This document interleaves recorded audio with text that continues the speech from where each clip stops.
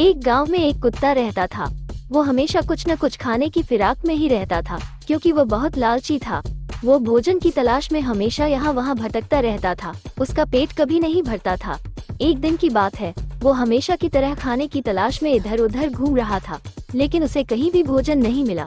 अंत में उसे एक होटल के बाहर एक मांस का एक टुकड़ा दिखाई दिया। उसने झट से उस टुकड़े को मुंह में पकड़ लिया और सोचा कि कहीं एकांत में जाकर मजे से इसे खाया जाए।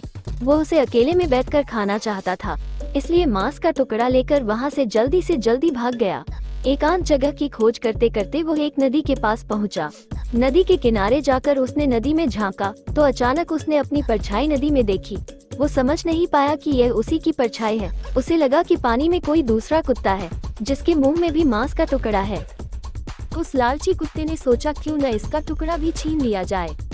अगर इसका मांस का टुकड़ा भी मिल जाए तो खाने का मजा दुगुना हो जाएगा। वो उस परछाई पर जोर से भौंका। भौंकने से उसके मुंह में दबा मांस का टुकड़ा नदी में गिर पड़ा। अब वह अपना टुकड़ा भी खो बैठा। उसे तब जाकर समझ में आया कि जिसे वो दूसरा कुत्ता समझ रहा था, वो तो उसकी खुद की परछाई है। उसने ज्यादा के लालच में जो था वो भी खो दिया।